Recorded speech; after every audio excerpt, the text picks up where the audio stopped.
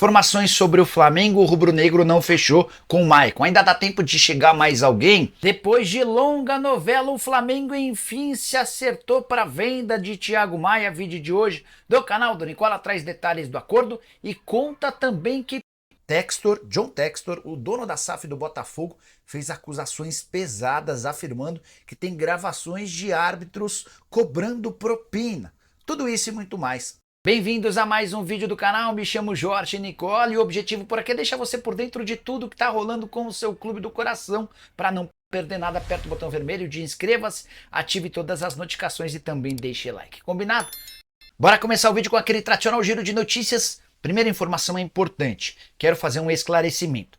Janela de inscrições no futebol brasileiro se encerra nessa quinta-feira, certo? Mas criou-se uma brecha para clubes brasileiros poderem registrar jogadores entre 1º de abril e 19 de abril. Essa brecha se dá apenas para jogadores que disputaram os campeonatos estaduais. Vou citar um exemplo. O Vargas, atleta que pertence ao Atlético Mineiro. Ainda que ele não seja adquirido por outro clube brasileiro, ele pode ser registrado por qualquer outro time daqui entre 1º e 19 de abril. Ficou claro? É exclusivo para atletas que estão no futebol brasileiro e participaram dos campeonatos estaduais. Mas tem um pequeno detalhe importante, especialmente para clubes que disputarão a fase de grupos da Libertadores. A janela de inscrições para a fase de grupos da Libertadores se encerra em 29 de março, portanto, antes do dia 1º de abril, quando haverá uma nova brecha para a janela de inscrições de atletas. Então, se o seu time for disputar a Libertadores, você precisa registrar o atleta até essa quinta-feira. Agora sim, bora para o tradicional giro de notícias e a primeira informação é sobre o Flamengo, que acaba de fechar com um meia atacante nigeriano. Trata-se de Haruna Hassan, 19 anos de idade, pertencia ao 15 de Piracicaba, onde disputou com destaque a Copa São Paulo de Juniores. 4 partidas, 2 gols marcados. Ele foi adquirido pelo Flamengo por empréstimo com opção de compra. O empréstimo vence em janeiro de 2025 e ele chega no primeiro momento para integrar o time sub-20 do Fla. Para arrematar o giro de notícias, John Textor descartou negociar Marlon Freitas com o Vasco ou com qualquer outro clube. O dono da SAF do Botafogo disse, abre aspas, ele é um dos melhores box-to-box do Brasil. Teve propostas internacionais, mas queremos que ele fique aqui e ele não vai a lugar nenhum. Bora te atualizar sobre o Flamengo. O rubro-negro ainda vai conseguir contratar um volante. Negociação com o Maicon não deu certo. Era o plano A, um jogador que atua no Brasil, já havia trabalhado com o Tite nos tempos de Corinthians. O Maicon preferiu ficar no timão depois da promessa do pagamento de 11 meses de direitos de imagem atrasados. Diante disso, o Flamengo se deu mal, porque tinha no Maicon seu plano A, B e C. Os outros 2 jogadores que foram analisados, William Carvalho, volante português de 31 anos de idade, e Nardoni, volante argentino de 21 anos de idade, demandariam mais tempo para que a contratação fosse finalizada. E é quase impossível que qualquer um deles seja contratado até o fim dessa quinta-feira. Dessa maneira, o Flamengo não terá mais um volante como queria o Tite. Nicola, mas para que mais um volante? É que o Flamengo está muito preocupado, especialmente com o período da Copa América, quando vários atletas do seu meio campo serão convocados para a seleção brasileira e também de outros países. Só para lembrar, a Copa América inicia em 20 de julho, mas é natural que os atletas sejam liberados com pelo menos 10, 15 dias antes de junho, tá? A Copa América se inicia em 20 de junho e, sei lá pelo dia 10, lá pelo dia 12, talvez até um pouquinho antes. Ao longo do mês de junho, o Flamengo já vai ter baixas importantes por conta da Copa América. E a janela de inscrições no Brasil só reabre no dia 10 de julho. Então o Flamengo estima que vai ficar cerca de um mês sem seus jogadores convocados para a Copa América. Até por isso havia um planejamento para ter pelo menos 2 jogadores importantes por posição. Se um deles fosse convocado, o Tite poderia contar com outro no momento decisivo da temporada. Não foi possível. O Flamengo vai ter de aguardar até o dia 10 de julho para buscar um outro volante.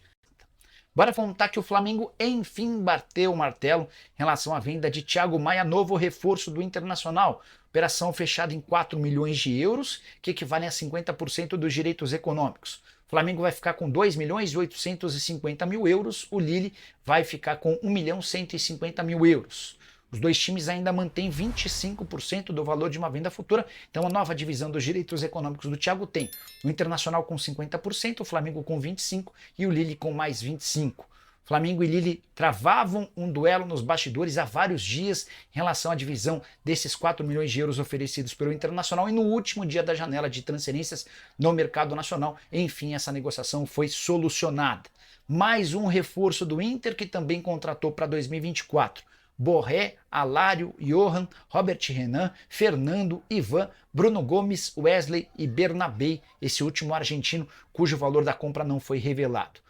Todas as negociações do Internacional somam 55 milhões de reais e o Inter está entre os clubes que mais investiram para a temporada. O que você pensa sobre o Colorado? Vai brigar pelo quê? Já o Flamengo está atrás de um volante em caráter de urgência, até porque além de Thiago Maia não vai contar com Gerson pelos próximos 3 meses. Gerson precisou passar por uma cirurgia no rim e ainda vai ter na metade do ano a Copa América para tirar vários dos seus atletas. Tem indicação de jogador para o Fla? Use espaço para comentário.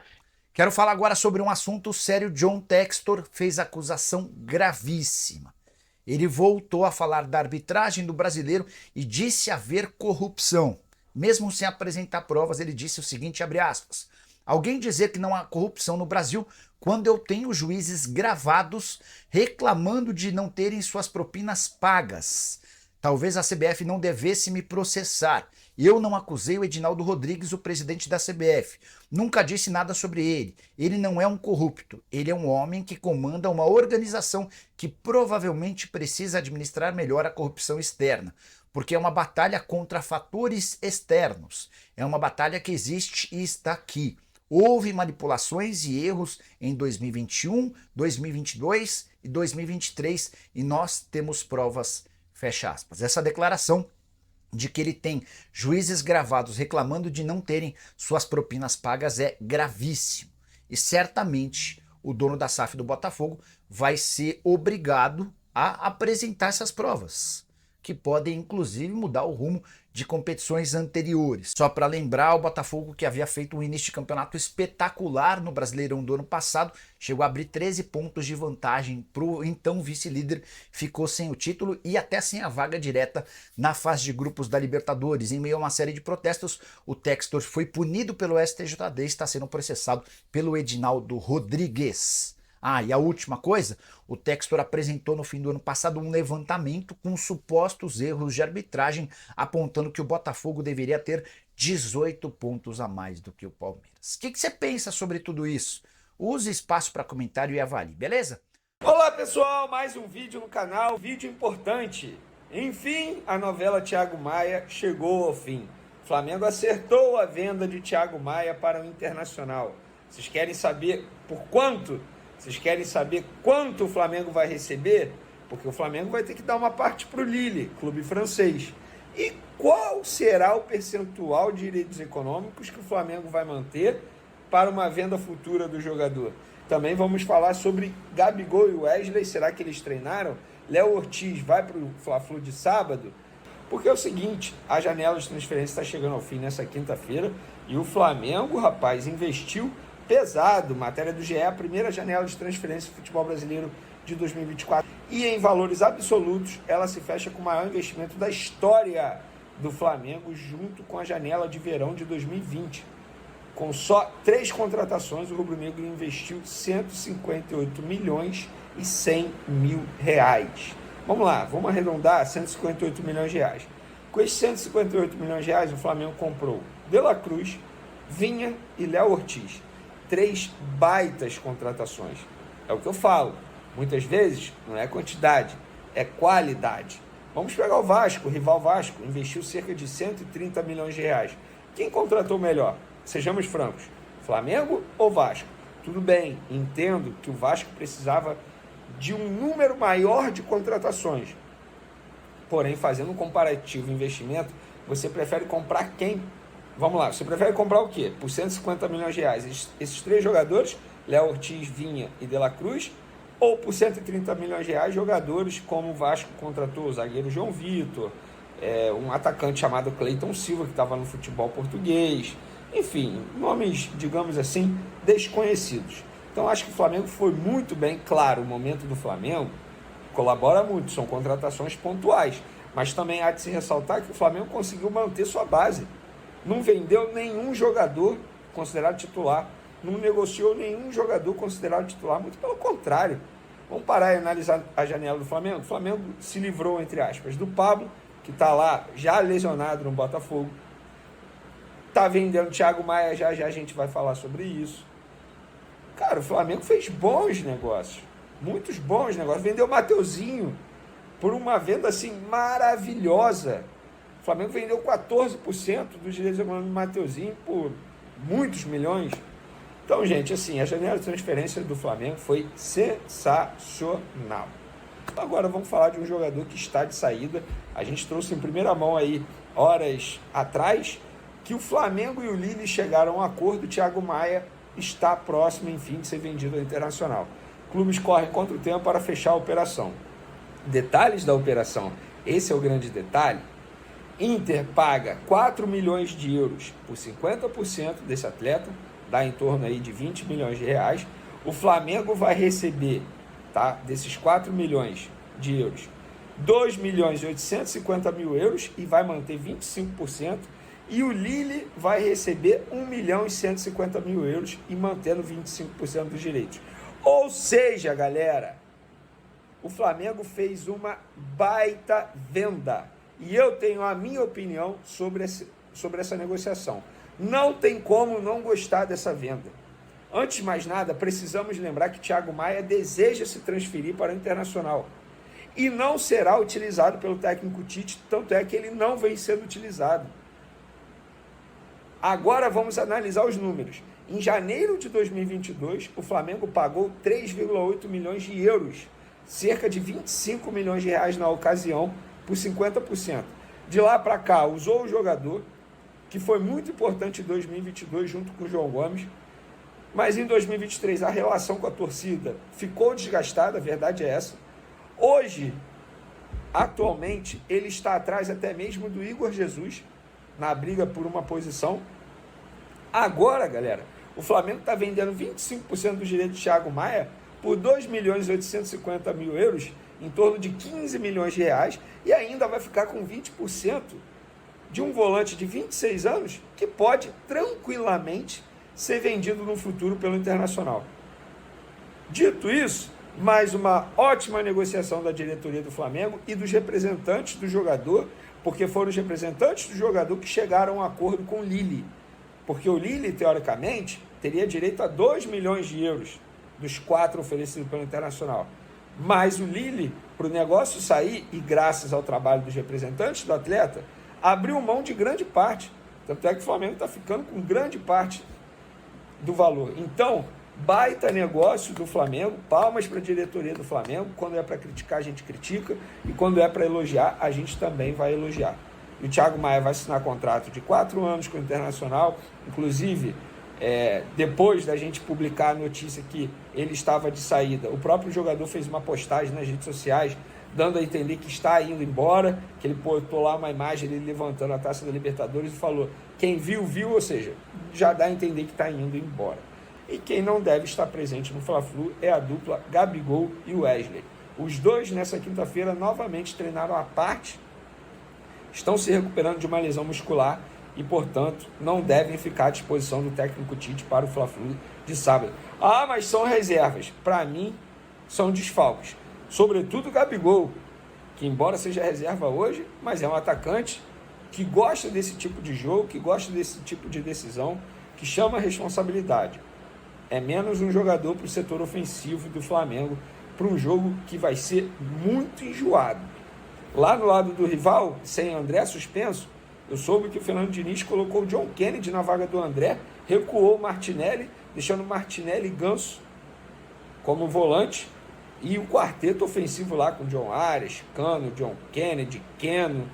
Vamos ver se o Diniz vai manter isso, se foi apenas um teste nessa quinta-feira. Então, galera, espero que vocês tenham gostado das informações. Olá, torcedores apaixonados. Hoje, trazemos uma análise exclusiva sobre o aguardado confronto entre Flamengo e Fluminense, que se enfrentam nas semifinais do Campeonato Carioca de 2024.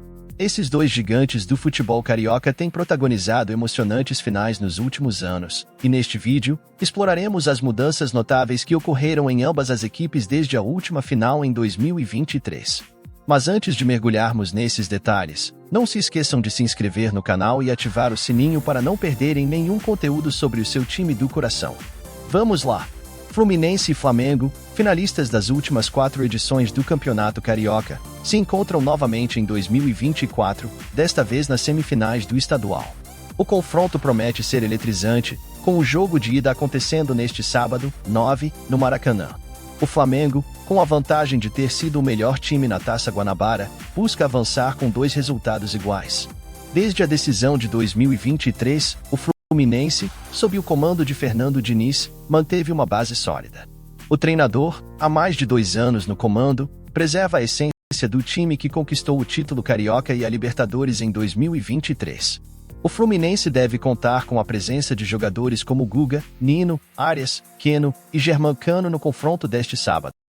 Por outro lado, o Flamengo passou por transformações significativas. A derrota na última final foi um divisor de águas, resultando na demissão de Vitor Pereira e na chegada de Tite, que implementou mudanças táticas e estruturais. O esquema com 3 zagueiros foi substituído por uma linha de 4 defensores, com a inclusão de Léo Ortiz na zaga.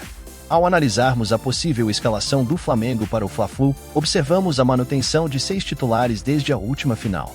Porém, jogadores como Santos, Thiago Maia e Gerson não fazem mais parte do elenco, enquanto novos nomes, como Eric Pulgar, De La Cruz e Arrascaeta, ganharam destaque sob o comando de Tite.